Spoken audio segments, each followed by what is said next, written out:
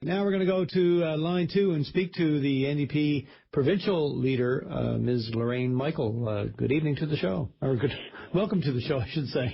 Thank you so much, Pete. How are you tonight? I'm fine. Good to hear from you. Yes, well, I really felt compelled to phone because of the advisory that's come out from Newfoundland Labrador Hydro. I find it very disturbing, and I'm quite concerned about it. Mm-hmm. Because basically, I've listened to Mr. Haynes, I've read the advisory, I've listened to him, and I've also listened to the mayor from the town of Fogo. Mm-hmm. And it concerns me that basically the release is really telling the people on the island portion of the province that during the coldest period of the year, when we most need electrical power for heat and light, that NLH or Newfoundland Labrador Hydro may not have the capacity to deliver at all times, and that's very disturbing. Mm-hmm. I question the fact that they've known for 11 days that they've had a problem, and obviously, according to what the mayor of the town of Fogo had to say, that may have been what happened up there recently since January 11th is probably a result of not having the third generating unit in Holyrood. And so they've known, and finally today, on the day that we know we have more bad weather coming, this advisory is put out in a pretty inconsequential way, To me, this is quite serious. And I'm looking to the government right now and wondering what is the government going to do and what is the government saying to people with regard to making sure that, number one, they understand what's going on, and what is the government going to do to protect the people of the province right now, and the people of the island in particular, in this situation. Another question might be, what can they do? I mean, if they have one down, and there's always fear that a second generating unit can go down, which would obviously mean big problems for us. Absolutely. Really, I mean, is there a whole lot they can do under these circumstances in the short term? I don't know if they can. Well, I mean, unfortunately, I'm starting to sound like a country that's not, a developed country. Yeah. However, if we have the possibility of not having adequate power, which we certainly now are in the situation of being, then I want details. Like to hear Mr. Haynes say they have generating or a generation contingency plan. I want details. I want to know how probable is it that tonight or another night next week or another night after that we might be without power again.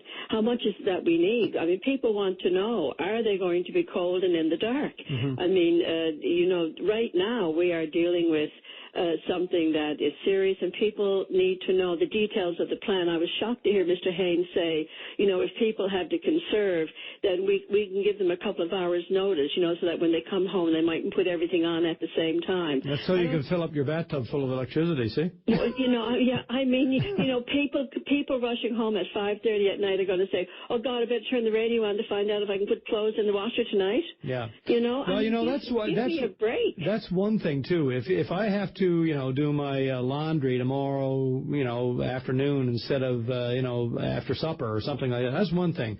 But if you're going to come back and say, okay, well, you're actually going to have to be without power for half of the day tomorrow so that we can give it to the other people and then we'll switch you, that's a whole different thing.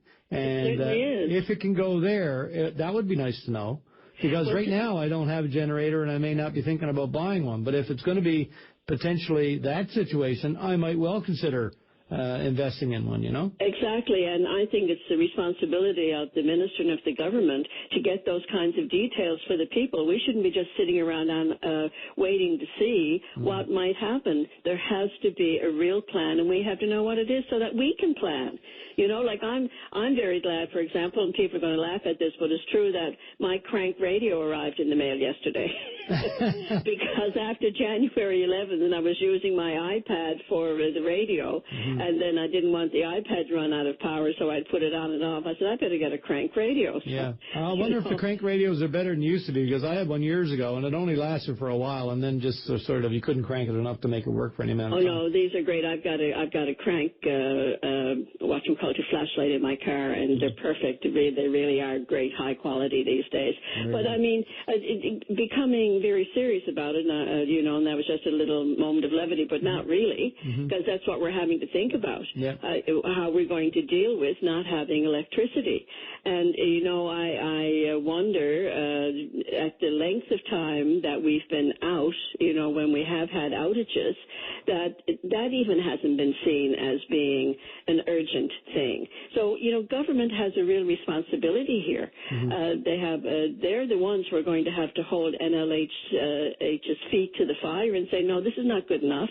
People need details. We need a plan, and you're going to have to give a plan that has more urgency about it, number one, and also more immediacy. I mean, that's not good enough. No, that's not a plan. Well, you might have a very good point there. I got to ask you about this, though. We've been getting some feedback here at the program from people who are essentially suggesting, if I can sort of boil it down to a general statement, they're saying, boy, even if they could do more, even if they could really get on the backs of the people at Newfoundland Hydro and whatnot and get them to come up with a better explanation or plan or whatnot, there's got to be, they suspect, and these might be some extremists or conspiracy theorists or whatnot. They say the government must be happy that this is a situation, because now they can sort of say, look at this. Who's right? Who's right about about Holyrood and the vulnerability of the power supply, and who was right to push Muskrat Falls, and aren't we looking good now, type thing?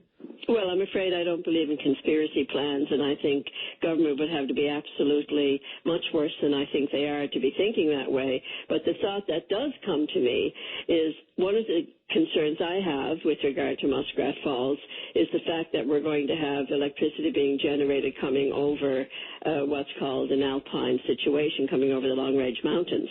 And I have real concerns about the reliability of that. Well, and you and Manitoba Hydro International as well. That's right, exactly. They raised it in their first report, and they didn't really deal with it in any great detail in the second report that they did for Nalcor. But it was a serious consideration that they raised in the report that they presented to the PUB. And, I don't think Nalcor or NLH or any of them have the right to make light of the concerns that we're bringing forward, not in the light of what we have happening here today. I mean, Mr. Haynes said that they do have this contingency plan where they go out to Newfoundland Power and they go to the industrial customers, and they'll get power from them to help make up for this unit at a time of emergency. But he didn't bother to tell us what the exact details are and how much power can they get from Newfoundland Power and from the industrial customers, and will it completely make up for that unit? And the answer is no. That's why the potential is there for us to be called upon as the customers, for us to be called upon to ration ourselves. And I mean, this is 2013. I mean, this blows my mind, and I don't see either NLH or the government showing urgency about it. And I think actually that Mr. Haynes was deliberately downplaying the situation. That is not good enough. So, I mean, I'm calling on the minister here tonight to come out tomorrow and to be public on this and to get assurances for people and get more information. We didn't get information tonight. All we got was we were told that a unit is down and they know what to do it, and they might have to call upon us. That's not enough. It's far from enough. And we've gone through this lack of information too much now around the energy issues. God knows. We spent the last 2 years asking for details, and here we are again in this situation being treated the same way, being, treated like, well, you just trust us now. Well, we can't trust them. It doesn't seem to me that they do have an adequate contingency plan in place to deal with the loss of that unit. And like you said, if anything else goes down, then you know the creek that we're up, don't you? And seriously. And the lack of influence we have. Well, yes, and the lack of influence that we have. You're right on. And, people have a right. I'm not here just trying to be an alarmist tonight. I'm here reflecting what I know people are saying tonight. People are really concerned, and they have the right to be concerned. Well, yes, a lot of people have just gone through a significant period of time and some hardship without their power, and they, know full well it's very fresh in their minds what it means and what it can lead to and the situation it can leave you in. So, yeah, they're very concerned. There's no question about it, and they don't like to hear about, this could happen, that could happen, and you might have to, you might not have to. It's concerning. It is. So, Mr. Marshall, I'm asking you now, on behalf of the people of the province, come out tomorrow with details for us. You get NLH and Newfoundland Labrador Hydro to come up with the details so that we can have some sense of security over this so-called contingency plan that they say that they have. Right. How much of a chance is it that, even tomorrow, who knows, we won't have enough electricity for all of us during the so-called peak times. It's almost like we got to feel guilty now because we have our stove and our washer on at the same time. Mm-hmm. Fill up your tub with power tonight. Ms. Michael, we got to run, but I really appreciate your call. I thank you for this, and we'll see now if the minister hears your plea and comes out with some more information for us tomorrow. Thank you very much, Pete. Thank you. Okay, bye-bye. Or tonight, of course. That could be a possibility. We'd love to hear from Mr. Marshall this evening on the program, and he has lots of time left, so if he's listening or has someone listening on his behalf, yes, by all means, give us a shout. Love to talk to you.